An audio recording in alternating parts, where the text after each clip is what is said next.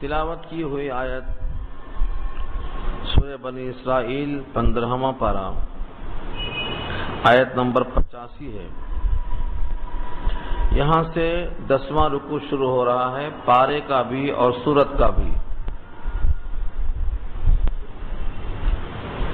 گزشتہ یہ بات آپ کے ذہن میں ڈالی گئی تھی کہ مشرکین مکہ یہودیوں کو علم والا سمجھتے تھے اور ان سے کچھ نہ کچھ سوالات حاصل کر کے نبی صلی اللہ علیہ وسلم سے پوچھتے تھے۔ یہودیوں نے 3 سوال بتائے کہ یہ 3 سوال کا جواب اگر وہ دے دیں یا کم سے کم 2 سوال کا بھی جواب دے دیں تو ان کو نبی تسلیم کر لینا، اور اگر وہ ان میں سے 1 کا جواب یا 2 کا جواب دیں تو پھر ان کی نبوت میں یقین نہیں کرنا۔ ان میں سے ایک سوال یہ تھا جو گزشتہ آ چکا ہے کہ روح کیا ہے، روح کے بارے میں بتائیے۔ اور دوسرا سوال یہ تھا کہ وہ بادشاہ جس نے ساری دنیا پہ حکومت کی ہے، دنیا کے اسباب کو استعمال کیا ہے، مشرق و مغرب تک پہنچا ہے، اس بادشاہ کے احوال بتائیے۔ اور تیسرا سوال یہ تھا کہ ان نوجوانوں کا حال بتائیے جنہوں نے اپنے ایمان کے بچانے کے لیے کسی غار کی پناہ حاصل کیا تھا۔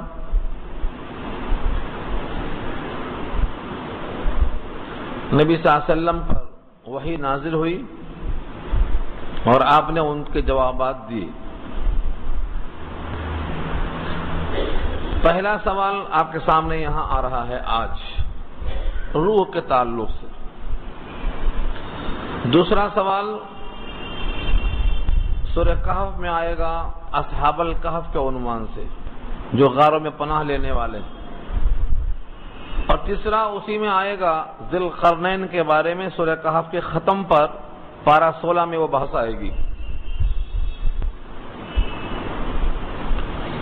تو یہودیوں نے یہ سوال سکھلائے اور مشرکین مکہ نے یہ سوال نبی کے سامنے دہرا کر کے پوچھا۔ یہی بات جمہور نے لکھا ہے۔ ایک مرتبہ اور نبی صلی اللہ علیہ وسلم گزر رہے تھے، کچھ یہودیوں نے کہا کہ ان سے یہ سوال کرو۔ آپ کے ہاتھ میں چھڑی تھی، آپ نے اس کو ٹیکا لگا کر سر جھکایا، لوگوں نے کہا کہ ہمیں یقین ہو گیا اب وہی آنے والی ہے۔ چنانچہ وہی آئی اور آپ نے ان آیتوں کو پڑھ کے سنا دیا۔ یہاں ایک سوال اور رہتا ہے کہ روح سے مراد یہاں ہے کیا، کیونکہ پچھلی آیتوں میں تذکرہ کس کا آیا ہے؟ قرآن کا، کہ ہم نے قرآن میں شفا رکھی ہے جسمانی اور روحانی دونوں قسم کی، اور اس کے بعد فوراً آیت نمبر 87 میں پھر قرآن کا ذکر ہے۔ تو پہلے اور بعد دونوں میں قرآن کا ذکر ہے، تو کیا یہاں روح سے مراد قرآن ہے یا نہیں ہے؟ عام جمہور نے اشکال اٹھایا ہے، اور قرآن کریم کی کئی آیتوں میں اللہ نے روح الامین جبریل کا نام بتایا ہے، جبکہ ان کا اصل نام جبریل ہے۔ پھر روح الامین کب سے ہوئے؟ جب سے انہوں نے روح یعنی قرآن کو نبی تک پہنچایا۔ قرآن کا ایک نام روح بھی ہے۔ سورہ شورى 25واں پارہ آیت نمبر 52 میں اللہ نے قرآن کو روح کہا ہے۔ وَكَذَلِكَ أَوْحَيْنَا إِلَيْكَ رُوحًا مِّنْ أَمْرِنَا رُوحًا مِّنْ أَمْرِنَا، ہم نے اپنی طرف سے روح نازل کیا، یہ قرآن ہے۔ اور اس لانے والے فرشتے کو نزل بہ الروح الامین کہا کر کے ان کا لقبی نام بتا دیا کہ یہ روح الامین ہے۔ تو جبریل روح الامین ہے اور قرآن روح ہے، اور یہاں روح کا تذکرہ آیا، اوپر بھی قرآن کا ذکر، نیچے بھی قرآن کا ذکر، تو کیا اس سے مراد قرآن ہے یہ سوال کیا ہے۔ قرآن کریم روح ہے،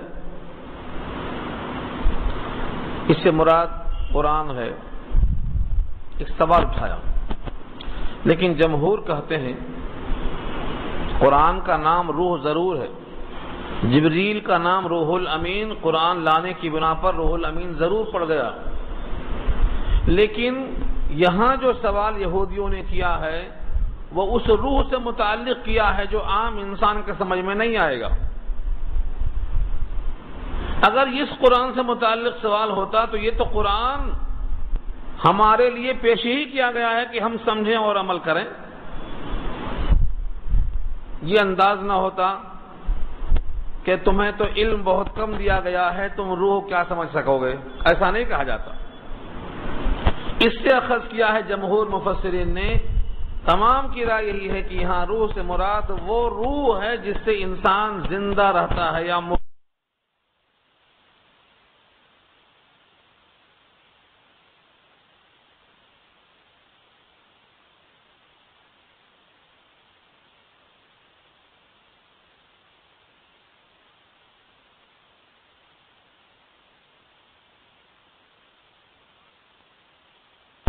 آنکھیں موجود ہیں، دیکھنا بند ہے، کان موجود ہے، سننا بند ہے، اس کے جسم سے کون سا پارٹس غائب ہوا ہے جس کا نام ہے روح، یہ انسان سمجھ نہیں سکتا۔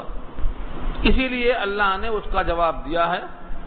جواب دو قسم کا ہوتا ہے، ایک جواب الزامی اور ایک جواب تحقیقی۔ تحقیقی جواب ذی القرنین کے بارے میں دیا، اصحاب کہف کے بارے میں دیا، کیونکہ وہ تحقیقی جواب سمجھ میں انسان کے آ سکتا ہے، لیکن روح کے بارے میں اللہ نے تحقیقی جواب نہیں دیا، الزامی جواب دیا۔ الزامی جواب کا مطلب سمجھا چکا ہوں پیچھے میں، جیسے فرشتوں نے کہا تھا آدم کو آپ کیوں پیدا کرتے ہیں، یہ تو زمین پر خون بہائے گا، فساد کرے گا۔ اللہ نے کہا تمہیں نہیں معلوم، مجھے معلوم۔ یہ کیا ہے؟ الزامی جواب ہے، مطلب تم چپ بیٹھو، تم کو حقیقت نہیں معلوم، مجھے معلوم۔ کسی کو چپ کر دینا یہ الزامی جواب ہے، اور یہ اس موقع پر مناسب ہے جب مخاطب اپنی حیثیت سے بڑھ کے سوال کرے۔ LKG کا بچہ فلسفے کی بات کر رہا ہے تو اس کو جواب دینے میں اس کے لیے بھٹکنے کا امکان ہے، اس لیے مخاطب کو دیکھ کر جواب دینے کا حکم ہے۔ اور نبی صلی اللہ علیہ وسلم کے الفاظ ہیں کلم الناس، لوگوں سے بات کرو علی قدر عقولہم، ان کی عقلوں کے مقدار کو دیکھ کر۔ اگر ایسی بات کہہ دو جو ان کے سمجھ میں نہ آئے، اوپر سے اوپر بات چلی جائے گی تو ان کے گمراہی کا خدشہ اور اندیشہ ہے۔ اسی واسطے بہترین استاد وہ ثابت ہوتا ہے جو مخاطب کے ذہن اور دماغ اور اس کی قوت فکر کو سامنے رکھ کر بات کرتا ہے۔ اسی لیے اللہ تعالیٰ نے یہاں پر روح کا جواب تحقیقی نہیں دیا کہ روح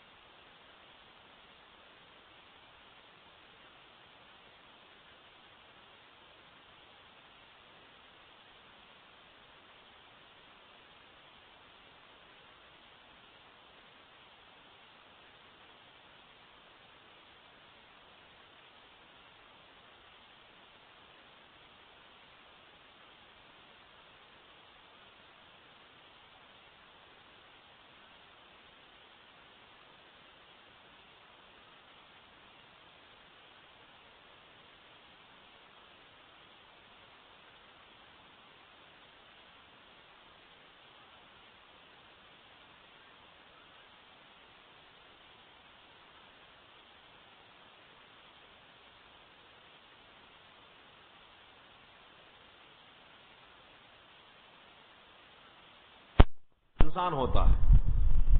یہ خلاصہ ہے ان تمام کتابوں کا جو میں نے پیش کیا ابھی۔ تفصیل پڑھنا ہے تو سیوطی کو پڑھ لیجئے، تذکرۃ الروح دیکھ لیجئے۔ انسان کو اللہ نے روح دے کر امتیاز بخشا ہے دیگر حیوانات سے۔ یہودیوں کو یہ سوال مل گیا، اس کا جواب مل گیا۔ اللہ نے ان پر تنبیہ کی کہ تمہارا علم بہت تھوڑا ہے، تم کو روح کی حقیقت جاننا مشکل ہے، اور تم اپنے علم سے بیجا استعمال کر کے جرأت کا مظاہرہ مت کرو۔ ہم نے علم تھوڑا دیا ہے، اور کیوں دیا ہے؟ صحیح استعمال کرو۔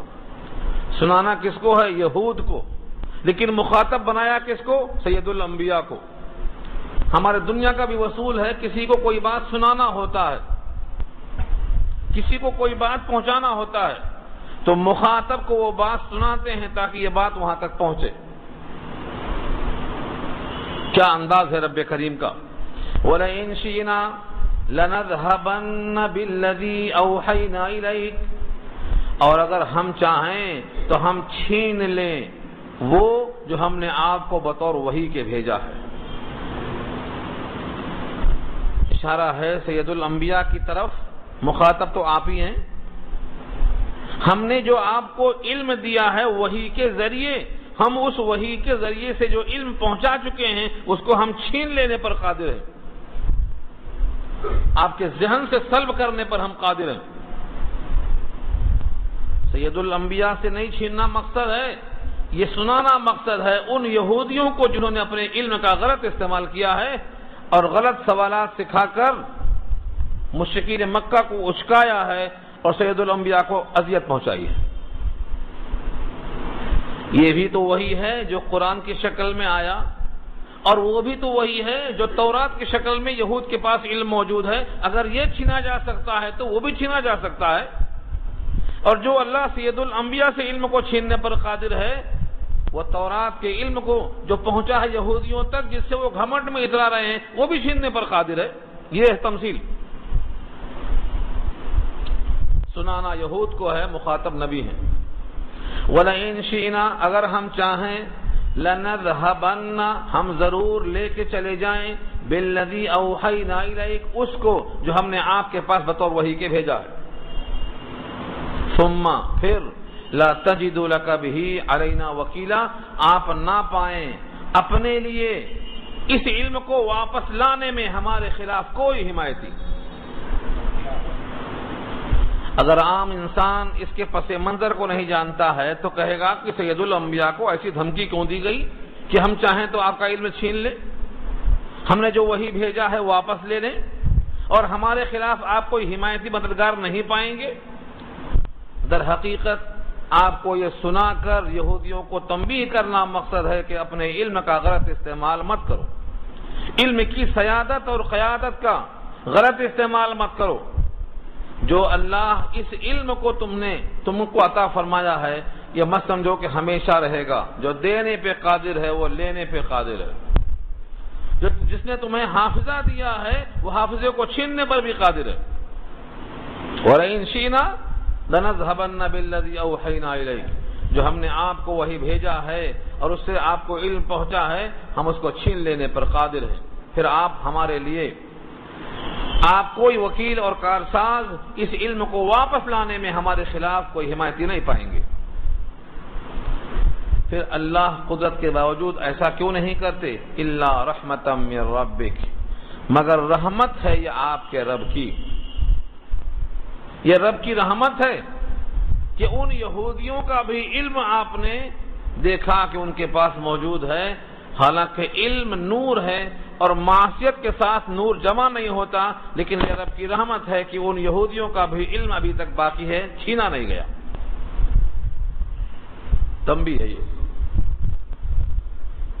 یہاں سے معلوم ہوا علم رب کی رحمت ہے، الا رحمتا من ربک، یہ معلوم ہوا کہ یہ رب کی رحمت ہے۔ علم جتنا بھی مل جائے وہ رب کی رحمت ہے، اور رحمت کے حصول کے لیے آدمی کو کوشش کرنا چاہیے۔ اسی واسطے کہا ہے کہ جو علم کے لیے چلتا ہے اب واپس آنے تک وہ اللہ کے راستے میں ہے۔ جو علم کے لیے چلتا ہے جنت کا راستہ اس کے لیے آسان ہو جاتا ہے. جو علم کے لیے گھر سے نکلتا ہے تو اس کے پاؤں کے نیچے فرشتے اپنے پر بچھاتے ہیں. کیوں؟ کیونکہ وہ رحمت کو لینے جا رہا ہے.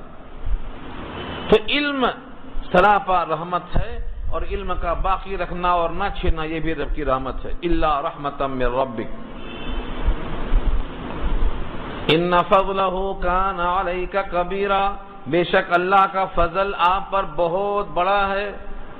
اللہ نے خود اپنے اس فضل کو جو نبی پر ہے بہت بڑا فرمایا، کبیرہ. سید الانبیاء پر اللہ کا فضل بہت زیادہ ہے. اس فضل میں سے یہ سب سے اہم ہے کہ آپ کو نبوت کا علم عطا فرمایا. اگر یہ نبوت کا علم بجائے اللہ کی طرف سے کسی اور کی طرف سے تقسیم ہوتا تو یہ سب بخیل ہیں، اس نبوت کے علم کے اندر بھی بخل کرتے. آگے آیت آ رہی ہے. اب رہا سوال ان کے اشکال کے جواب کا کہ یہودیوں نے کہا تھا 3 سوال کرنا، اگر وہ کم سے کم 2 جواب بھی دیں تو نبی کو مان لینا، اور جواب نہ دیں تو نبی کا انکار کر دینا. اب اللہ نے فرمایا تمہارے واسطے بطور دلیل کے اور بطور ثبوت کے اور بطور حجت کے یہ سب سوالات کرنے کی ضرورت نہیں. ماننے والے کے لیے تو قرآن خود کافی ہے. کیسے کافی ہے؟ قل، آپ ان سے کہیے، لئن اجتمعت الانس والجن، اگر جمع ہو جائیں سارے انسان اور سارے جنات، علی، اس بات پر، اس بنیاد پر متفق ہو جائیں، ان یاتوا، کہ وہ لائیں، بمثل ھذا القرآن، اس قرآن کے مثل بنا کر لے آئیں. لا یاتون بمثلہ، اس جیسا قرآن لانے پر وہ قادر نہیں ہیں. وَلَوْ كَانَ بَعْضُهُمْ لِبَعْضٍ ظَهِيرًا، اگرچہ ہو ان میں سے بعض کے لیے مددگار. ظہیرہ پشت پناہ، ظہرن کے معنی پیٹھ کے آتے ہیں، اور ظہیر کے معنی پشت پناہ، پیٹھ پکنے والے. سارے انسان اور سارے جنات ایک دوسرے کے مخالف ہیں، لیکن یہ مخالفت چھوڑ کے اگر ایک دوسرے کے مددگار بن جائیں تب بھی اس قرآن کا مثل لانے پر قادر نہیں. اگر سارے انسان اور سارے جنات مل کر اس قرآن کی طرح لانے پر قادر نہیں، یہ چیلنج قبول ہے، تو یہ دیکھ لو کہ ایک انسان کیسے پیش کر رہا ہے اتنا بڑا کلام. جو سارے مل کے نہیں لا سکتے وہ ایک کیسے لایا؟ یہ دلیل ہے نبوت کے واسطے کافی ہے. اور اگر تم کو یہ چیلنج پسند نہیں ہے، تم کو اس میں شک ہے، تو پورا قرآن تو کیا لاتے؟ تم 3 آیتیں بنا کر لے آؤ، صرف 3 آیتیں بنا کر لے آؤ. یہ چیلنج ختم نہیں ہو گیا، ابھی باقی ہے. یہود اور نصارہ مشرکین مسلمانوں کے ساتھ دشمنی کرتے کرتے سارے کام کر رہے ہیں. اگر ان کو واقعی تحقیقی چیلنج قبول کرنا ہے تو آئیں، آج بھی یہ چیلنج باقی ہے، اور قرآن کریم کی طرح 3 آیتیں بنا کر پیش کر دیں. سارے انسان اور سارے جنات مل کر وہ آج تک پیش نہیں کر سکے اور قیامت تک پیش نہیں کر سکیں گے. یہ چیلنج ہے اللہ کا. اب تک نہیں لائے تو اب نہیں لا سکتے. اس کا مطلب یہ ہوا کہ قرآن کریم جو سارے انسان اور جنات مل کر نہیں بنا سکتے، شخص واحد نے اپنی زبان سے کیسے پیش کیا، یہ دلیل ہے نبوت کی. خاص طور سے جب آپ کسی بھی انسان کے سامنے زانو تلمس کا نہیں کیا، کسی سے کچھ نہیں لکھنا پڑھنا سیکھا، سفر میں بھی صرف ملک شام گئے ہیں، وہ بھی بہت چند لمحوں کے لیے، اور مکہ چھوڑ کر کہیں باہر نہیں گئے، اور مکے میں علم کا کوئی چرچا نہیں تھا سوائے ورقہ بن نوفل کے، اور چند نام ملتے ہیں جن کے پاس علم تھا، ورنہ کوئی کسی کے پاس جانکار نہیں تھا. پھر بھی اتنا علمی کلام آپ کی زبان سے نکل جانا یہ نبوت کے واسطے بہترین دلیل ہے. لیکن تم کو تحقیقی جواب نہیں چاہیے، تم کو چھیڑخانی سے مطلب ہے، تم چاہتے ہو کہ ہم ان کو چپ کر دیں. وَلَقَدْ صَرَّفْنَا لِلنَّاسِ فِي هَذَا الْقُرْآنِ، اور ہم نے اس قرآن کریم میں لوگوں کو سمجھانے کے لیے پھیر پھیر کے حدیثیں، پھیر پھیر کے باتوں کو ہم نے بیان کیا ہے. لوگوں کو سمجھانے کے واسطے عمدہ مضامین طرح طرح کی مثالوں سے ہم نے آراستہ کیا ہے. وَلَقَدْ اور البتہ تحقیق صرفنا، صرف کے معنی آتے ہیں پھیر پھیر کے ایک ہی بات کو کئی انداز سے پیش کیا ہے. توحید، رسالت، آخرت اور نبوت کو ہم نے پیش کیا ہے. صرفنا پھیر پھیر کے بیان کرنا. صرافہ بازار کہتے ہیں جہاں سونا دے کے چاندی لے سکو. صرافہ مارکیٹ کے معنی ریال دے کے انڈین سکہ لے سکو. صرافہ معنی اسی کو بولتے ہیں صرف چینج کرنا. تو صرفنا ہم نے پھیر پھیر کی مثالیں بیان کی ہیں اس قرآن کریم میں. من کل مثل، ہر قسم کی مثالیں. کوئی ذہین ہے، کوئی بدھو ہے، کوئی موٹی مثال چاہتا، کوئی بہت ذہین ہوشیار ہے. ہر قسم کی مثالیں ہم نے اس میں دی ہیں سمجھانے کے واسطے. فَأَبَى أَكْثَرُ النَّاسِ إِلَّا كُفُورًا، بس اکثر و بیشتر لوگوں نے انکار کیے بغیر، کفران نعمت کیے بغیر اپنے اوقات نہیں گزارے، انکار ہی کرتے رہے. فَأَبَى، بس انکار کیا. اکثر الناس، لوگوں میں سے اکثریت نے، إِلَّا كُفُورًا، کفران نعمت کے ساتھ انکار کیے بغیر وہ نہیں رہ سکے. انکار کرنے کے لیے کچھ تو بہانہ چاہیے. کفار مکہ نے کیا بہانہ بنایا انکار کرنے کے لیے؟ ایک ایک بہانہ اللہ نے یہاں بیان کر دیا ہے. اور ان میں سے کچھ چیزیں ایسی ہیں جو ہمارے مسلمان آج بھی بہانہ کرنے میں اس کو پیش کرتے ہیں. کفار قریش کی کچھ باتیں آج بھی ملتی ہیں مسلمانوں کے درمیان، جو ماننے والے ہیں ان کے درمیان. اب یہاں سے دیکھیے آپ، مسلسل بیان کیا رب کریم نے کہ کفار قریش قرآن کو اور نبی کو ماننے سے انکار کرنے کے لیے کیا بہانہ بناتے رہے. وقالو، اور کہنے لگے، لن نؤمن لک، ہم ہرگز ایمان نہیں لائیں گے آپ پر. لن نؤمن لک، لک کے معنی آپ کے لیے، لن معنی ہرگز نہیں، اور نؤمن یقین کرنا، ہم آپ کی بات پہ یقین ہرگز نہیں کریں گے. حتی، یہاں تک کہ، یہ غایت ہے اس کی، یہ بات یہاں تک ہم نہیں مانیں گے، ہرگز ہرگز ہم آپ کی بات کا یقین نہیں کریں گے، یہاں تک کہ تفجر لنا من الارض ينبوعا، جاری کر دیں آپ ہمارے لیے مکے کی زمین میں چشمے. ینبوعا منبع اردو میں استعمال ہے. منبع کے معنی چشمہ، علم کا منبع ہے تو علم کا چشمہ ہے. تو ینبوعا کے معنی زمین میں چشمہ جاری کر دیں آپ، تب تک ہم آپ کی بات نہیں مانیں گے. پہلا، مکے کی زمین جو لوگ دیکھ کے آئے ہیں ان سے پوچھ لو، ہر طرف سے پہاڑ ہی پہاڑ ہے. سرنگ بنانے کے لیے مشینوں کو مہینوں استعمال ہو رہا ہے، ہر طرف سے پہاڑ ہی پہاڑ ہے.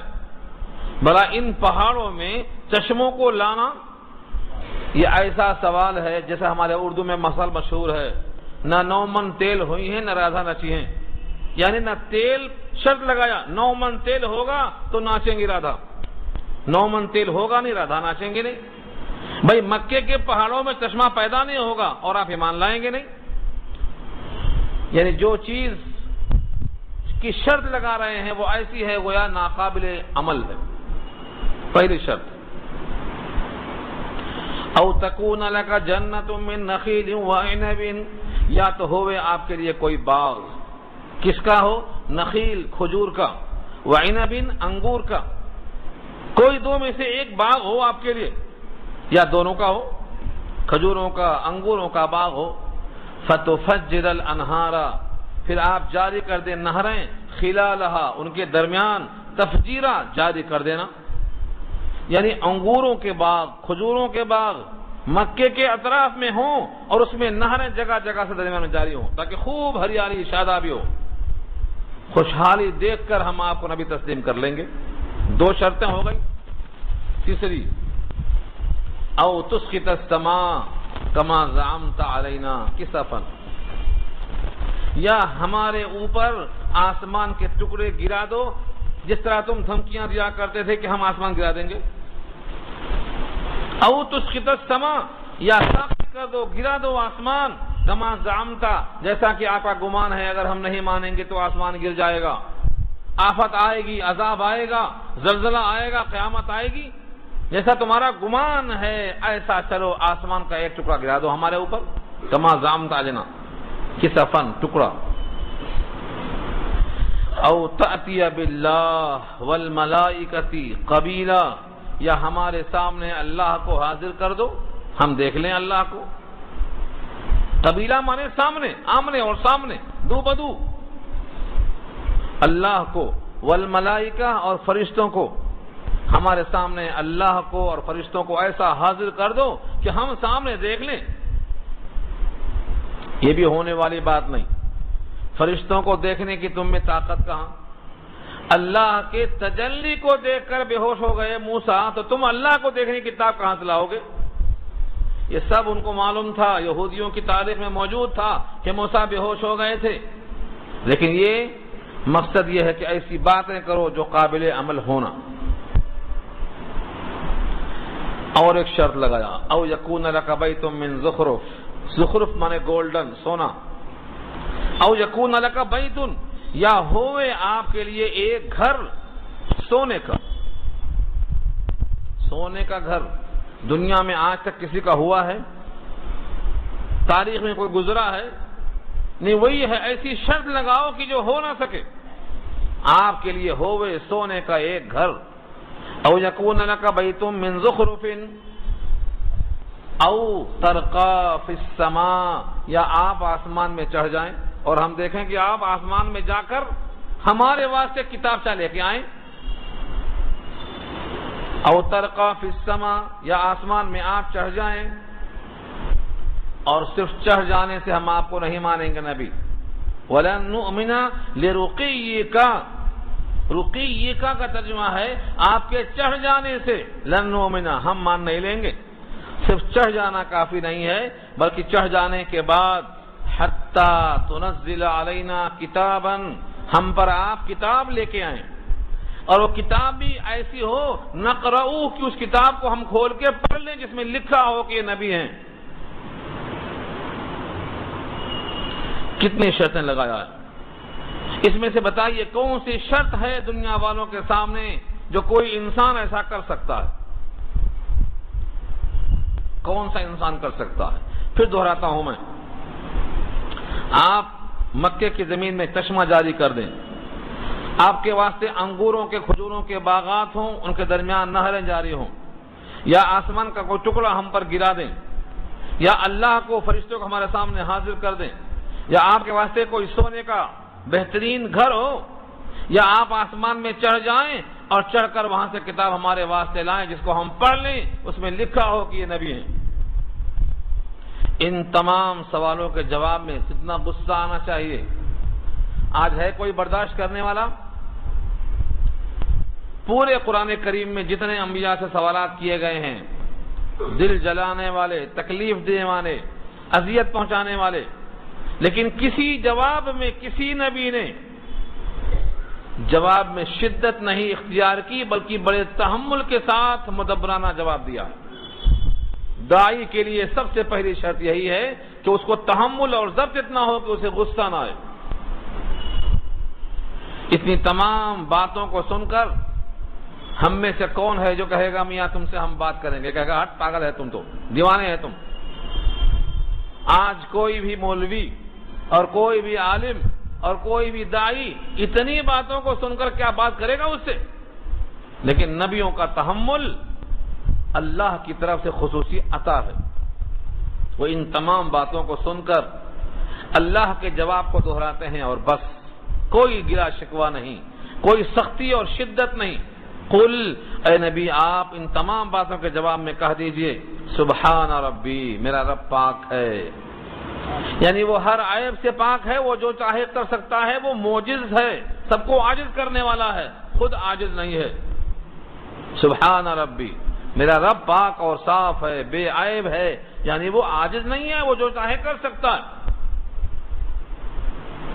لیکن جہاں تک میرا تعلق ہے، ہل کنت الا بشر رسولا، میں نہیں ہوں مگر ایک بشر جو رسول بنا کر بھیجا گیا۔ ہل کنت الا بشر رسولا، یہ آیت نمبر 93 ہے۔ اس آیت پر اگر ہمارے مسلمان غور کر لیں تو ان کے دماغ کا خدشہ نکل جائے۔ کتنا سادہ جواب دلوایا اللہ نے، اے نبی آپ کہہ دیجئے یہ سارے کام میرا رب کر سکتا ہے کیونکہ وہ عاجز نہیں ہے، قادر ہے، لیکن جہاں تک میرا تعلق ہے ہل کنتو میں نہیں ہوں الا مگر بشرن انسان رسولن جو بھیجا گیا ہوں بحیثیت رسول کی، میں تو ایک رسول ہوں اور کام رسول کا یہ ہے کہ جو وہاں سے پیغام آئے وہ پہنچا دے، مجھے جو پیغام ملا میں نے پہنچا دیا، اب تمہارے بیجا مطالبات کو میں پورا کیسے کروں، میں تو ایک انسان ہوں، میرا کام ہے پیغام پہنچا دینا۔ بشرن کی صفت ہے رسولن، ایسا بشر ہوں جو پیغام پہنچانے کے واسطے بھیجا گیا ہوں۔ کفار قریش بشر کو اور نبوت کو دونوں کو ایک ساتھ جمع ہونا محال سمجھتے تھے، نبوت کو بشریت کے خلاف سمجھتے تھے، نبوت بشریت کے ساتھ نہیں جڑتی ان کا خیال تھا۔ آج بھی مسلمانوں کا بہت بڑا طبقہ نبی کی بشریت کا انکار کرتا ہے، ان کے بارے میں یہ آیت کیا بولتی ہے؟ ایسی قرآن کریم میں کئی آیتیں ہیں، ایک جگہ پر نہیں۔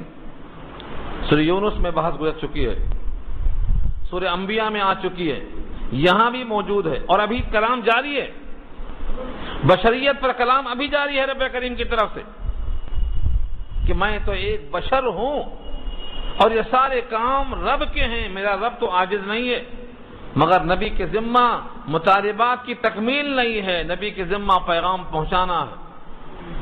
تم مانتے ہیں تمہارے حق میں بشیر ہوں، نہیں مانتے ہیں تمہارے حق میں نذیر ہوں۔ بشریت نبوت کے منافی نہیں ہے۔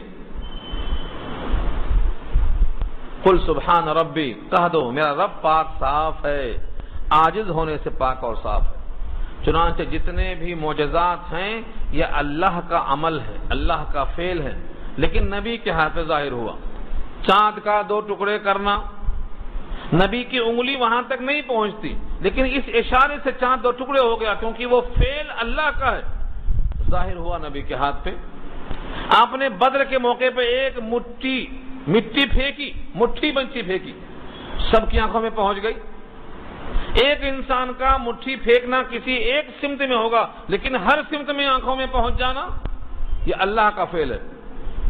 چنانچہ اللہ نے خود کہا وَمَا رَمَيْتَ إِذْ رَمَيْتَ وَلَكِنَّ اللَّهَ رَمَى، جب آپ نے پھینکا تھا تو آپ نے نہیں پھینکا، اللہ نے پھینکا۔ تو ہر معجزہ نبی کا فعل ہوتا ہے دیکھنے والوں کے حساب سے، لیکن وہ عمل اللہ کا ہوتا ہے۔ اور جب کسی ولی کے ہاتھ پہ کچھ ظاہر ہوتا ہے تو وہ فعل بھی اللہ کا ہوتا ہے، لیکن ظاہر ہوتا ہے ولی کے ہاتھ پہ تو کرامت کہلاتا ہے۔ اور کسی کافر کے ہاتھ پہ ظاہر ہو تو وہ بھی عمل اللہ کا ہوتا ہے، لیکن استدراج اور ڈھیل کہلاتا ہے۔ عمل تو اللہ کا ہے وہ، اس لیے اوپر کی مذکورہ تمام باتیں میرا رب چاہے تو وہ کر سکتا ہے، لیکن میرے ذمہ نہیں ہے کہ تمہارے مطالبات ان تک پہنچاؤں اور وہاں تمہارے کام کرواؤں، میں تو بحیثیت رسول کے ہوں، پیغام پہنچا رہا ہوں، بات ختم ہو گئی۔ نبی کا یہ کہنا کہ میں بشر ہوں اس سے کچھ فرق پڑے گا؟ فرمایا ہاں، اب تک جتنے لوگ ہدایت آ چکنے کے باوجود نبی پر ایمان نہیں لائے اس کی ایک ہی وجہ ہے کہ وہ نبوت کو بشریت کے منافی سمجھتے رہے۔ آیت دیکھو آگے، وَمَا مَنَعَ النَّاسَ أَن يُؤْمِنُوا إِذْ جَاءَهُمُ الْهُدَىٰ، اور نہیں منع کیا لوگوں کو اس بات سے کہ وہ ایمان لے آئیں جبکہ ان کے پاس ہدایت آ چکی، قرآن کی شکل میں، نبی کی شکل میں، پیغام کی شکل میں۔ جب علم کی شکل میں ہدایت آ چکی ہے تو ایمان لانے سے کس نے کس کو روکا؟ نہیں روکا لوگوں کو کہ وہ ایمان لے آئیں جبکہ ان کے پاس ہدایت آ گئی، مگر الا ان قالوا، مگر یہ کہ انہوں نے کہا، کیا کہا؟ ابعث اللہ بشرا رسولا، ریپیٹ کیا اللہ نے، دوہرایا دوسرے انداز سے اس کو، ابعث اللہ بشرا رسولا، کیا اللہ نے بھیجا ہے بشر کو بحیثیت رسول کے؟ اللہ کو بھیجنے کے لیے کوئی اور نہیں ملا، رسول کو بھیجا۔ رسول کی حیثیت سے بشر کو بھیجا.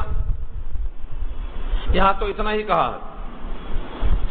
25واں پارہ سورہ زخرف میں اور آگے کہا دیا ہے. کافروں کے قول کو نقل کیا ہے اللہ نے. کافروں نے یہ کہا کیا اللہ کو کوئی بڑا آدمی نہیں ملا؟ مکے میں اور طائف میں اتنے بڑے بڑے لوگ ہیں، کیا اللہ کو نبوت دینے کے واسطے کوئی اور بڑا آدمی نہیں ملا؟ قرآن نے ان کے اس جملے کو نقل کیا ہے. سورہ زخرف پارہ 25 کے الفاظ ہیں وَقَالُوا لَوْلَا نُزِّلَ هَذَا الْقُرْآنُ عَلَى رَجُلٍ مِّنَ الْقَرْيَتَيْنِ عَظِيمٍ. دو قریتین مکہ اور طائف، ان دونوں میں سے کسی بڑے آدمی پر قرآن نازل کیوں نہیں کیا گیا؟ یہ بھی ان کا اشکال تھا. اور بڑا کسے کہتے ہیں؟ ابھی سن لیا آپ نے. سونے کا گھر ہو یا باغیچے ہوں، چشمے اور نہریں جاری ہوں، ان کی خواہشات کی مکمل تسکین ہو، ان کو بڑا کہتے ہیں. اور یہی بڑا پن ان کا سورہ فرقان میں بھی نقل کیا ہے اللہ نے. تو وہ بشریت کو نبوت کے منافی سمجھتے ہیں، بشریت کو نبوت کے منافی جانتے ہیں. اللہ نے اس کا جواب بڑا تحقیقی دیا ہے. کیا کہا انہوں نے؟ صرف اس واسطے وہ ہدایت آ جانے کے باوجود ایمان نہیں لائے کہ انہوں نے یوں کہا کیا اللہ تعالی نے بشر کو بنا کر رسول بھیجا ہے؟ یعنی بشر میں رسول میں بڑا فرق ہے، رسالت بشریت میں کوئی توافق نہیں ہے، یہ انہوں نے سمجھا. قل، اے نبی آپ جواب میں کہہ دیجئے، لو کان فی الارض ملائکۃ، اگر ہوتے زمین میں فرشتے بجائے انسان کے یہاں فرشتوں کی آبادی ہوتی. کیا بہترین جواب ہے، مدلل. 1430 سال ہو گئے اس قرآن کو نازل ہوئے، لیکن آج تک لوگ اسی غلط فہمی کے اندر پڑے ہوئے ہیں. کتنے لوگ ہیں جو کہنے والے آج بھی کہتے ہیں کہ رسول بشر نہیں ہیں. کیا جواب ہوگا ان آیتوں کے بارے میں؟ قرآن کریم کے ایسے ٹھوس جوابات موجود ہیں جو کفار قریش کو دیے گئے. افسوس ہے کہ یہ جوابات ہمیں آج اپنوں کو دینا پڑ رہا ہے. قرآن کا یہ انداز دیکھو. قل لو کان فی الارض ملائکۃ، کہہ دیجیے اے نبی صلی اللہ علیہ وسلم، لو بمانا اگر، لو سپوز اگر ایسا ہوتا کہ زمین میں بجائے انسان کے فرشتے ہوتے. قل لو کان فی الارض ملائکۃ یمشون، چلتے پھرتے اٹھتے بیٹھتے. یمشون، زمین پر چلتے پھرتے کون ہوتے؟ ملائکہ. اور ایک جملہ بڑھایا اللہ نے، مطمئنین، اطمینان کے ساتھ یہاں رہتے بستے. اور نہ فرشتے ہوتے اور اڑتے رہتے، خود جا کر آسمان سے پیغام اور خبر لے کے آ جاتے، تب بھی نبی کی حاجت پیش نہیں آتی. لیکن ایسے فرشتے ہوتے جو زمین پر چلتے پھرتے امن سے مطمئن ہو کر رہتے، اوپر جانے کے لائق نہ ہوتے تو نیچے ہم بھیجتے فرشتے کے شکل میں ان کے پاس نبی. کہہ دو اگر ہوتے زمین میں فرشتے، یمشون، چلتے پھرتے رہتے بستے، مطمئنین، امن کے ساتھ، لنزلنا علیہم من السماء ملکا رسولا، تو ضرور ہم اتارتے ان کے اوپر آسمان سے فرشتے رسول کی حیثیت میں. اتنا پیارا انداز ہے اللہ کا. کاش کہ لوگ قرآن کو ترجمے کے ساتھ پڑھنے کی کوشش کر لیتے تو عقائد خود بخود صاف ہو جاتے. ملکن، فرشتے کو ہم کب بھیجتے؟ جب فرشتے زمین میں ہوتے. کیوں؟ کیا وجہ ہے؟ فرشتے بھیجتے کب؟ جب زمین میں فرشتے ہوتے، کیونکہ دونوں ایک دوسرے کی نقل کرنے کے موقف میں ہوتے. اب اگر بحیثیت فرشتے کے، بحیثیت رسول کے وہ آ بھی جائے، اس کو بھوک لگتی نہیں، تم کو بھوک لگتی ہے. ان کو خواہش نہیں ہے، تم کو خواہشیں موجود ہیں. ان سے گناہ نہیں ہوتا، تم سے گناہ ہو سکتا ہے. انہیں کمائی اور پیٹ کی کوئی فکر نہیں ہے، تمہیں فکر لگی رہتی. تو تم فرشتوں کی اطاعت نہیں کر سکتے، فرشتوں کے ہو بہو نقش قدم پر نہیں چل سکتے. اور تم میں سے ہر شخص کہا دیتا بھائی ہم ان فرشتوں کی نقل کیسے کریں، یہ تو کھانے پینے سب سے بے نیاز ہیں، ہمیں تو بھوک پیاس کی شدت لگی ہوئی ہے. بھلا ان کی نقل ہم کیسے کر سکتے؟ ان کو بیوی بچوں کی ضرورت نہیں، کمانے کی حاجت نہیں، زراعت کی ضرورت نہیں، کاروبار کی ضرورت نہیں، ان کو بھوک پیاس نہیں، ان کو ہمارے شدت پیاس کی کیا خبر؟ ان کی نقل بھلا ہم کیسے کریں؟ تم ان کی نقل نہیں کرتے، ان کی اتباع نہیں کرتے، وہ تمہارے کام کے لائق نہیں ہوتے، کیونکہ رسول بحیثیت نمونے کے بھیجے جاتے ہیں۔ اللہ کے پیغام پہ عمل کر کے ایک اسوہ حسنہ اور نمونہ پیش کرنا کہ نمازیں ایسی پڑھو، روزے ایسے رکھو، چہرہ ایسا رکھو، لباس ایسا رکھو، تعلقات ایسے رکھو، کاروبار ایسے کرو، زبان ایسی چلاؤ۔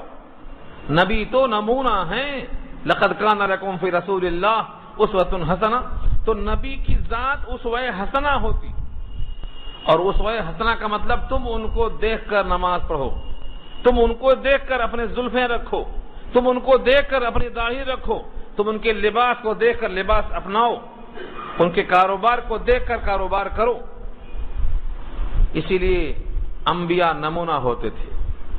اللہ فرماتے ہیں چونکہ زمین میں انسان ہیں اور انسانوں کے لیے نمونہ انسان کی شکل میں بھیجنا ضروری ہے، ورنہ یہ فرشتے کی نقل نہیں کر سکتے۔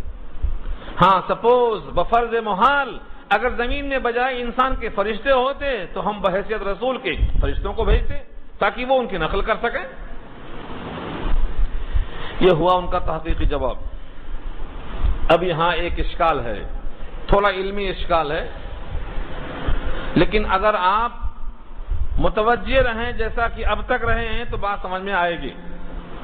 اشکال یہ ہے کہ اللہ کے نبی کیا صرف انسانوں کے نبی ہیں؟ جنوں کے بھی تو نبی ہیں آپ؟ یا معاشر الجن والانس، دونوں کی طرف مخاطب ہیں آپ، تو من الجنتی والناس دونوں میں مخاطب ہیں۔ جب نبی کریم صلی اللہ علیہ وسلم بحیثیت رسول کے دونوں کی طرف بھیجے گئے ہیں، یعنی ناری اور خاکی دونوں کی طرف، جن اور انسان دونوں کی طرف، آپ کہتے ہیں اگر فرشتہ بھیجتے تو انسان ان کی اتباع نہیں کر سکتے نا، کیونکہ جنس الگ الگ ہے، تو پھر اب سید الانبیاء کی نقل جنات کیسے کریں گے؟ ان کی جنس بھی تو الگ ہے۔ یہ اشکال کیا ہے مفسرین نے۔ لیکن نبی صلی اللہ علیہ وسلم جس طرح سے بشریت کے واسطے نمونہ ہیں اور بشر کامل ہیں، ایسے آپ کے صفات میں شان ملکوتیت بھی ہے، شان ملکیت بھی ہے۔ آپ کھانا نہ کھائیں تو نڈھال ہو جائیں گے، اور آپ فرماتے ہیں میں مسلسل روزے رکھتا ہوں، مجھے اللہ کھلاتا اور پلاتا ہے۔ یہ کیا ہے؟ شان ملکوتیت ہے، ملک کی صفت ہے ملکیت، یہ بھی اللہ کے نبی میں عطا فرمایا اللہ نے۔ آپ سوتے ہیں تو پورے غافل ہو جاتے ہیں، آنکھیں بھی دل بھی، اور نبی سوتے ہیں تو فرمایا تنام و عینایا ولا ینام قلبی، آنکھیں سوتی ہیں دل نہیں سوتا، صفت ملکوتیت ہے یہ۔ دنیا کا انسان بہت سے ایسے کام کرتا ہے جو مجبور ہے، حالت اضطرار میں اسے کرنا پڑتا ہے۔ اللہ نے اپنے نبی کو شان ملکوتیت عطا فرمائی ہے، اس لیے آپ جناتوں کے بھی نبی ہیں اور انسانوں کے بھی نبی ہیں، دونوں کے انسان۔ جس طرح اللہ سے قریب ہو کر اللہ سے لیتے ہیں وہاں صفت ملکوتیت کی ضرورت ہے، ایسے ہی نیچے نزول فرما کر بندوں سے مناجات کرتے ہیں اور بندوں کو عطا فرماتے ہیں۔ نبی صلی اللہ علیہ وسلم صحابہ میں گھل مل جاتے، ان کے قریب بیٹھتے اور ان کے ساتھ آپ کو بھی بیٹھنے کی تلقین فرماتے تھے کہ تم غربا کے ساتھ رہو، اور دعا کرتے تھے وَاحْشُرْنِي فِي زُمْرَةِ الْمَسَاكِينَ، مجھے مسکینوں میں کھڑا کرنا قیامت میں۔ تو نبی صلی اللہ علیہ وسلم کو نزول کی کیفیت دی جاتی تو بندوں سے گھل مل کر ان کو عطا فرماتے، اور صعود کی کیفیت دی جاتی تو اللہ سے قریب ہو کر ان سے حاصل کرتے، ورنہ وحی الہی کی شدت کو کوئی انسان برداشت نہیں کر سکتا۔ آسمان، پہاڑ، زمین سب نے انکار کیا، لیکن قلب مصطفیٰ نے قبول کیا۔ یہ وزن، یہ ہیبت چیز، قرآن نے خود کہا یہ قولاً ثقیلا، بھاری بھرکم بوجھ ہے۔ کیسے اخذ کیا؟ اللہ نے نبی کے اندر بشریت کے باوجود صفت ملکوتیت ایسی عطا فرمائی ہے کہ وہ اللہ سے لینے کی بھی قابل ہیں، بندوں کو دینے کی بھی قابل ہیں۔ تو یہاں جواب دیا ہے اللہ نے کہ اگر زمین پر فرشتے ہوتے، اگر زمین پر انسان نہ ہوتے تو ہم نبی بحیثیت رسول کے فرشتوں کو بھیج سکتے تھے، لیکن اگر فرض کرو ہم ایک رسول فرشتوں میں سے بھیج بھی دیں، یہاں نہیں ہے یہ جملہ سورہ انعام میں گزر چکا ہے، بفرض محال تمہاری خواہش پوری کرنے کے لیے ہم فرشتہ بھیج دیں، تو دو حال سے خالی نہیں، یا تو وہ فرشتہ مرد کی شکل میں آئے گا تو تم پھر وہی کہو گے کہ میاں یہ تو مرد ہے ہماری طرح، یہ تو رسول ہے ہماری طرح، وہی اشکال باقی رہے گا۔ اور اگر وہ فرشتہ بشکل مرد آنے کے بجائے اپنی اصلی شکل میں آیا تو تم کیا دیکھو گے؟ تمہاری بینائی ان کو دیکھنے کے قابل نہیں رکھا میں نے۔ وَلَوْ جَعَلْنَاهُ مَلَكًا وَلَوْ جَعَلْنَاهُ مَلَكًا، اگر ہم بفرض محال رسولوں کو ملک بنا کر بھیج دیتے، وَلَبَسْنَا عَلَيْهِمْ مَا يَلْبِسُونَ، تو تم پر معاملہ مشتبہ ہو جاتا، انسان بن کے آتا تو انسان سمجھتے، اور فرشتہ بن کے آتا تو تم اس کی نقل نہیں کر سکتے۔ یہ سورہ انعام میں بحث گزر چکی ہے، تفصیل وہاں سن لی جائے۔ اس آیت سے ہمیں یہ بات معلوم ہوئی، اللہ نے سارے نبیوں کو انسانوں اور بشر میں سے بھیجا ہے، کیونکہ زمین پر ہمیشہ انسان آباد رہے۔ اگر انسان نہ ہوتے، فرشتے ہوتے تو فرشتے آتے، زمین پر ہمیشہ انسان بسے، لہذا اللہ نے رسولوں کو انسانوں کی شکل میں ہی بھیجا اور ان میں یہ قوت عطا فرمائی کہ وہ انسانوں کے بھی رسول ہیں اور جنوں کے بھی رسول ہیں۔ انکار کی وجہ کیا ہے پھر؟ عام مسلمان نبی کے بشر ہونے کا انکار کیوں کرتا ہے؟ کچھ سوچا کبھی آپ نے؟ اتنی آیتوں کے باوجود کیوں انکار کرتا ہے؟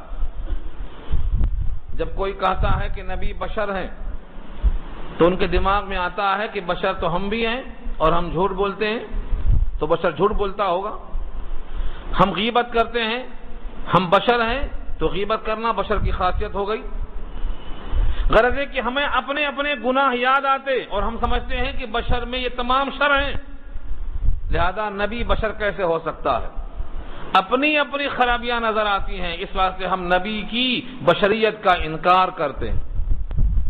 سچ یہ ہے کہ سارے بشر معصوم نہیں ہوتے، گناہ ان سے ہوتا ہے، لیکن نبی معصوم ہوتے ہیں، اور اللہ نے ان کو بشریت کے باوجود ایسا معصوم بنایا ہے کہ ان سے غلطی کا امکان نہیں ہے۔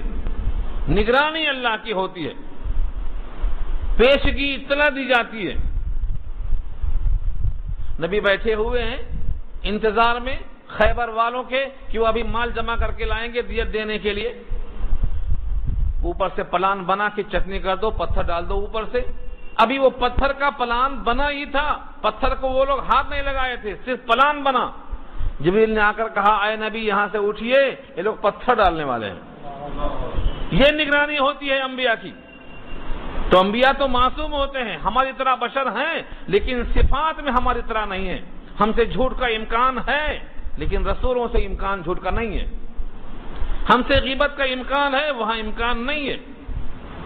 ہم سے دھوکے کا امکان ہے، ان سے امکان نہیں ہے۔ انبیاء معصوم ہوتے ہیں، لہذا اپنی طرح بشر مت سمجھو۔ بشر تو وہ ہیں، لیکن اللہ نے ان کی زبان کو، ان کی انگلیوں کو، ان کے لعاب کو، ان کے خون کو، ان کے پیشاب کو، ان کے فضلے کو، سب چیزوں کو امتیاز بخشا ہے۔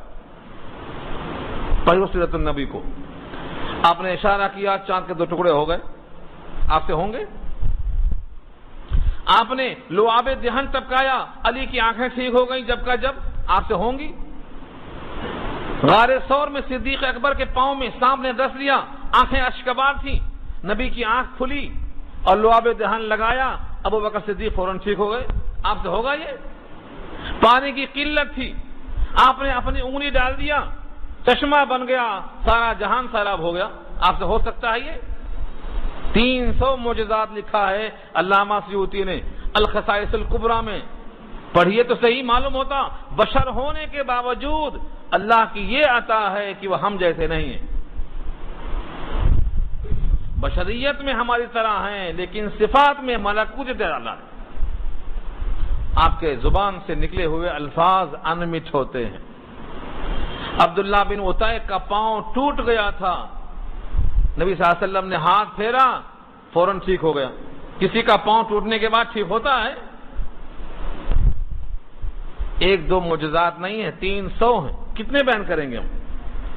تو بشریت کے باوجود اللہ نے ان کو شان ملکوتیت بھی دے رکھا تھا,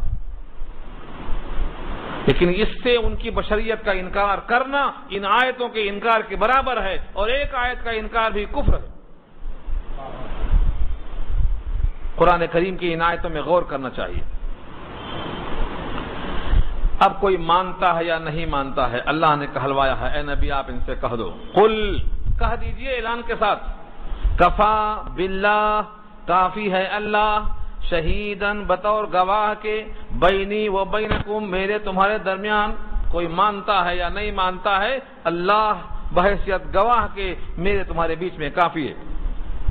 انہو کان بعبادہ خبیرا بصیرا, بے شک وہ اپنے بندوں سے باخبر ہے اور بندوں کو دیکھ رہا ہے, بندوں کی بندگی بھی دیکھ رہا ہے اور بندوں کی شرنگیزی بھی دیکھ رہا ہے, بندوں کے ساتھ باخبر ہے وہ. ومن يهد الله فهو المهتد ومن يضلل فلن تجد لهم اولياء من دونه ونحشرهم يوم القيامة على وجوههم عميا وبكما وصما مأواهم جہنم كلما خبت زدناهم سعيرا. اس آیت میں نتیجہ پیش کیا, جو ہدایت اللہ دیتے ہیں, جس بندے کو اللہ ہدایت دیتے ہیں وہی بندہ ہدایت یافتہ ہے. ہدایت کہیں خریدنے سے نہیں ملتی, کسی بازار میں خریدنے سے نہیں ملتی. من یہد اللہ, جس کو اللہ ہدایت دے دیں, جس کو اللہ راستے پر لے آئیں, فہو المہتد, وہ ہدایت یافتہ ہے. اور اللہ کسی بندے کو ہدایت دیتے ہیں تو اس کتاب کے ذریعے دیتے ہیں اور صاحب کتاب کے ذریعے دیتے ہیں. اسی لیے کہا ہے فذکر بالقرآن, نصیحت کرو تو قرآن سے کرو, یہ ذریعہ ہدایت ہے. ان ھذا القرآن یہدی, یہ قرآن رہنمائی کرتا ہے. اسی لیے 40 سال تک مکے میں ہونے کے باوجود, گمراہیوں کو سامنے دیکھنے کے باوجود قرآن نہیں آیا تھا, تو آپ نے یہ کام نہیں شروع کیا تھا. تو جس کو اللہ ہدایت دے دیں وہ ہدایت یافتہ ہے. ومن یضلل, اور جسے گمراہ کر دیں, فلن تجد لہم, تو آپ نہیں پائیں گے ان کے لیے, اولیاء من دونہ, کوئی مددگار اللہ کے مقابلے میں. ابراہیم کے والد, رشتے میں والد ہیں ابراہیم کے, اور ابراہیم اللہ کے خلیل ہیں. اللہ نے ہدایت نہیں دی تو خلیل نے ایمان دینا چاہا بھی تو نہیں دے سکے. نوح اور لوط دونوں پیغمبر ہیں, بیبیاں ایمان نہیں لائیں تو نبی کی نبوت نے ان کو ایمان نہیں دیا. نوح کا بیٹا ایمان نہیں لایا, نوح تڑپ کر اللہ سے دعا کرتے رہے مگر ایمان عطا نہیں کر سکتے. ابو طالب نبی کے خیر خواہ رہے لیکن مچل گئے کہ چچا کان میں کلمہ پڑھ لو. انہوں نے کہا نہیں, میں آگ پسند کرتا ہوں, آر پسند نہیں کرتا. اخترت النار علی العار کہہ کے انکار کر دیا. نبی نے ان کو ایمان عطا نہیں کیا. کیوں؟ یہ اللہ کے قبضے قدرت میں ہے, اللہ ارادہ کریں گے دل کھلے گا. فمن یرید اللہ ان یہدیہ یشرح صدرہ للاسلام. اسی واسطے ہر نماز میں اور ہر رکعت میں اہدنا کی دعا سکھلائی گئی ہے, ہمیں ہدایت دے دیجیے, صراط مستقیم دے دیجیے. جس راستے پہ چلنے والوں کو انعام ملا ہے, انعام یافتہ لوگوں کی روش پر ہمیں ڈال دیجیے. یہ دعا کرتے ہیں ہم ہر نماز میں. تو جو بندہ گمراہ ہو جائے, جس کو اللہ گمراہ کر دے, فلن تجد لہم اولیاء من دونہ, آپ ہرگز نہیں پائیں گے ان کے لیے کوئی دوست اور حمایتی اللہ کے مقابل میں. وَنَحْشُرُهُمْ يَوْمَ الْقِيَامَةِ, اور ہم قیامت میں ان کو جمع کریں گے, عَلَى وُجُوهِهِمْ, ان کے منہ کے بل. دنیا میں پاؤں کے بل اور آخرت میں منہ کے بل. علی وجوہہم نحشرہم یوم القیامۃ علی وجوہہم، وجوہ جمع ہے وجہ کی، چہروں کے بل۔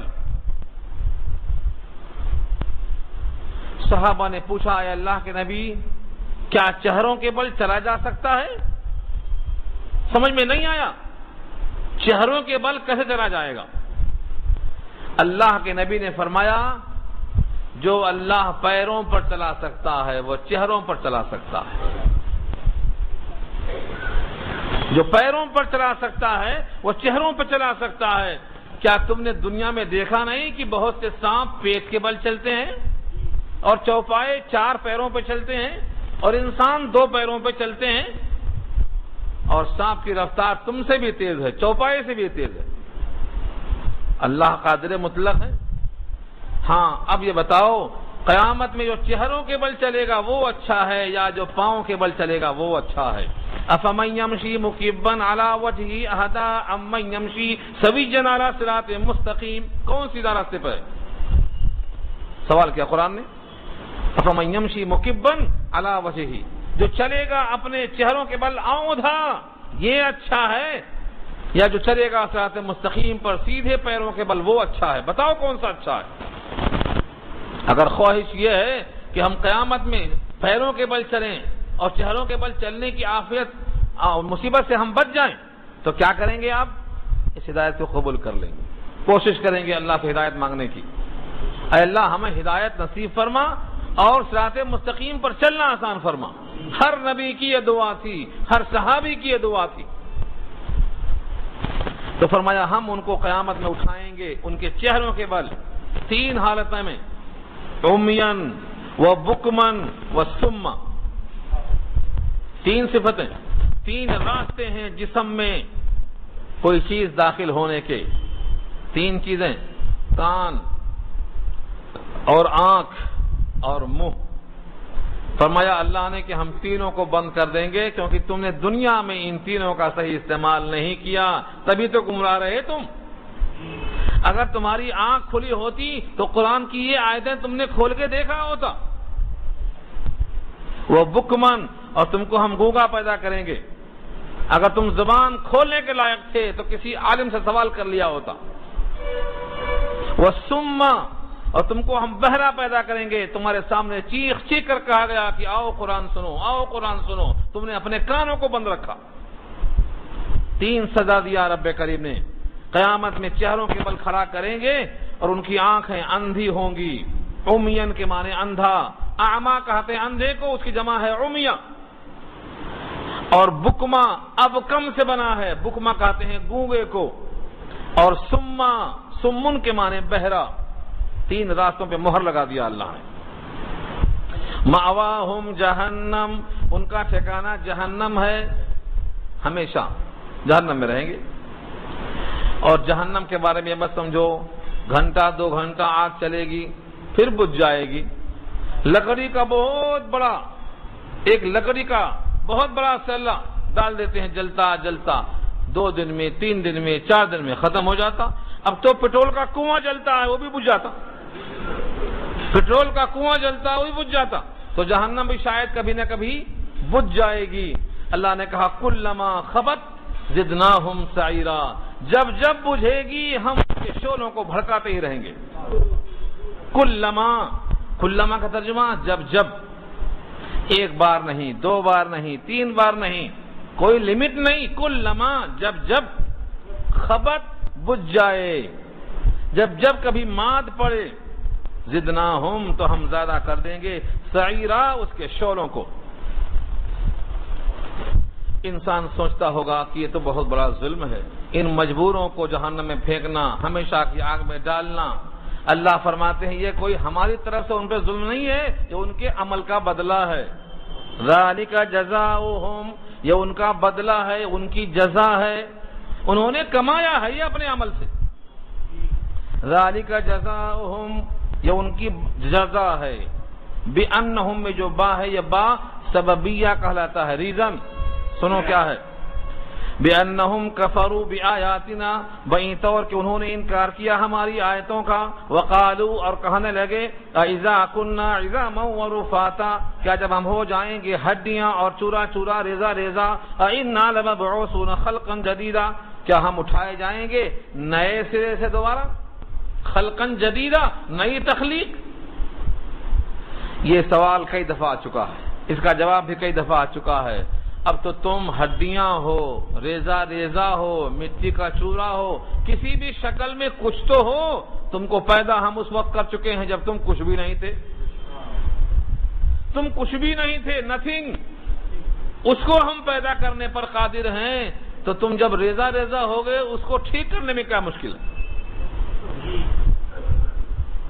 مگر یہاں سوال کا جواب دوسرے انداز سے دیا اللہ نے، اولم یرو کیا وہ لوگ دیکھتے نہیں جو چورا چورا ہونے کو اور مٹی میں کھپ جانے کو اور ہڈیاں کو دوبارہ پیدا کرنے کو حیرت سے تعجب سے دیکھتے ہیں، کیا وہ لوگ دیکھتے نہیں ان اللہ کہ بے شک اللہ نے الذی خلق السماوات والارض بے شک اللہ وہ ہے جس نے پیدا کیا آسمانوں کو اور زمین کو، قادر ہے علی ان یخلق مثلہم کہ وہ پیدا کرے ان جیسے انسانوں کو دوبارہ، جو 7 آسمان اور 7 زمین بنا سکتا ہے، اور ایک آسمان تک سارے انسانوں کی نگاہ بھی نہیں پہنچ سکتی ہے۔ جب سارے انسانوں کی نگاہ بھی آسمان تک نہیں پہنچ سکتی ہے، وہ ایسا آسمان بنا سکتا ہے، تو ان جیسے انسان بنانا کیا مشکل ہے؟ قادر ہے وہ، بدرجہ اولا قادر ہے وہ اس پر کہ وہ پیدا کر دے ان جیسے انسان کو، صرف پیدا کر دے ہی نہیں، وَجَعَلَ لَهُمْ أَجَلًا اور بنا دیا ان کے لیے اللہ نے ایک مدت معین، اجل کے معنی مدت معین، اور وہ مدت معین اللہ جانتے ہیں کہ ہم تمہیں دوبارہ کب زندہ کریں گے، تمہیں کب ماریں گے، کہاں ماریں گے، تمہیں مٹی کتنا کھائے گی اور کس ذرے سے تم کو دوبارہ ہم پیدا کریں گے، یہ سب اللہ کے علم ہے، اور ایسا علم ہے لا ریب فیہ جس میں کوئی شک کی گنجائش نہیں ہے۔ وَجَعَلَ لَهُمْ أَجَلًا لَا رَيْبَ فِيهِ اور میعاد کو متعین کر رکھا ہے اللہ نے ان کے واسطے جس میں ذرہ برابر شک کی گنجائش نہیں ہے۔ فَأَبَى الظَّالِمُونَ إِلَّا كُفُورًا اس پر بھی بے انصاف لوگ بغیر انکار کیے نہیں رہ سکے، اس کا بھی انکار کر رہے ہیں۔ فَأَبَى انکار کیا کس نے؟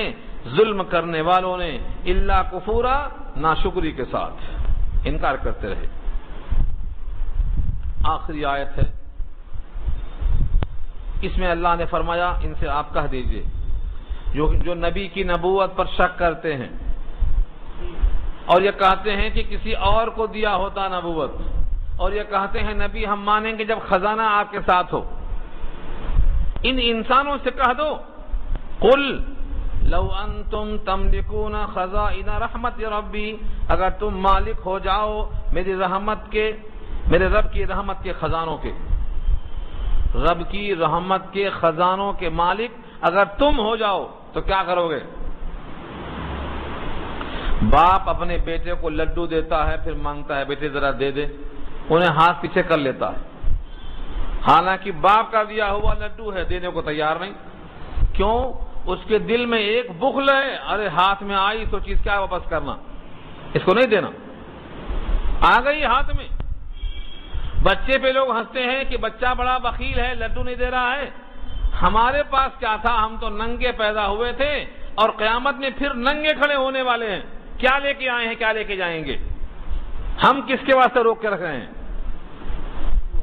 بچے کو لڈو باپ نے دیا اور باپ ہی مانگتا ہے، نہ دینے پہ ہم کو حیرت ہوتی ہے، ہم ہنستے ہیں۔ اللہ بھی تو یہی کہتے ہیں تم تو ننگے پیدا ہوئے تھے، تمہارے جسم پر کپڑا تک نہیں تھا، اور تم جب مر کے جانے والے ہیں تو سوائے کفن کے کچھ نہیں ہوگا، یہ کفن گل سڑ جائے گا اور قیامت میں ننگے کھڑے ہوں گے، سب ننگے کھڑے ہوں گے، چاہے وہ دنیا کا ذی القرنین ہو، چاہے وہ سکندر اعظم ہو، چاہے سلیمان ہو، کسی کے جسم پر کپڑا نہیں ہوگا، کسی کے جسم پر۔ بی بی عائشہ نے کہا بڑا شرم کا منظر ہوگا، سب ننگے ہوں گے، فرمایا کہ کوئی کسی کو دیکھنے کی طاقت نہیں رکھے گا، ایسا نفسی نفسی کا عالم ہوگا۔ سب سے پہلا لباس ابراہیم کو پہنایا جائے گا، کیونکہ وہ اللہ کی خاطر آگ میں ڈالنے سے پہلے ننگے کیے گئے تھے۔ انسان بڑا بخیل ہے، انسان کی طبیعت میں بخل ہے۔ وَأُحْضِرَتِ الْأَنفُسُ الشُّحَّ، اللہ نے کہا اس کے دل میں بخل کو ڈال دیا گیا ہے، ہمیشہ کل کی سوچتا ہے، کل تک رہے گا تو سوچے گا نا۔ کتنے انسان ہیں 10 سال کا 20 سال کا نہیں 10 پشتوں کا انتظام کر رہے ہیں، مگر انسان کا یہ بخل ہے۔ اللہ فرماتے ہیں تمہارے ہاتھ میں اگر میری رحمت کے خزانے ہوتے تو تم اس کو روک کے بیٹھ جاتے، تم تو ہو بخیل، اس یتیم کو تم نبوت کب دیتے؟ ہماری رحمت ہے، ہم نے نبی کو نبوت دی ہے، یتیم کو ہم نے سرفراز کیا ہے، تم تو مکے کے رئیسوں کو تلاش کرتے، تم رحمت کو اٹھا کر رکھ لیتے۔ قُلْ لَوْ أَنْتُمْ تَمْلِكُونَ خَزَائِنَ رَحْمَتِ رَبِّي، آپ کہہ دیجئے اگر تم ہوتے مالک میرے رب کی رحمت کے خزانوں کے، یعنی نبوت کے اور کمالات کے، اذن تب تو لَأَمْسَكْتُمْ، تم اس کو روک لیتے، خشیۃ الانفاق، خرچ ہو جانے کے اندیشے سے روک لیتے۔ حالانکہ نبوت کا علم خاص طور سے خرچ کرنے سے بڑھتا ہے، گھٹتا نہیں ہے۔ وَكَانَ الْإِنسَانُ قَتُورًا، اور انسان ہے ہی بڑا تنگ دل، تنگ دل ہے۔ قطور کے معنی تنگ دل۔ آج میں اگر یہ کر دوں گا تو کل کیا ہوگا؟ کل کس نے دیکھی ہے؟ کوئی گارنٹی ہے کسی کی؟ ہم کل تک ضرور رہیں گے، کون سوچتا ہے؟ ہر بشر سوچتا ہے کہ یہ آفت مرنے والی دوسروں کو آ رہی ہے، ہمیں تو ابھی نہیں آئے گی، جبکہ جانتا ہے نہ بڑھاپا شرط ہے، نہ امیر کی شرط ہے، نہ بیمار کی شرط ہے، کبھی بھی آ سکتی ہے۔ انسان بڑا تنگ دل ہے، اپنے مالک کو جس نے سب کچھ دیا ہے اسی کے حکم پر اپنے مال کو دینا نہیں چاہتا۔ انسان بڑا ناشکرا ہے اور بڑا تنگ دل ہے۔ اللہ کے فضل و کرم سے آج 2 رکوع مکمل ہو گیا۔ اب سورہ بنی اسرائیل کا صرف آخری رکوع باقی ہے، انشاءاللہ آئندہ سورہ بنی اسرائیل مکمل ہو جائے گی۔ دعا کر لیجیے۔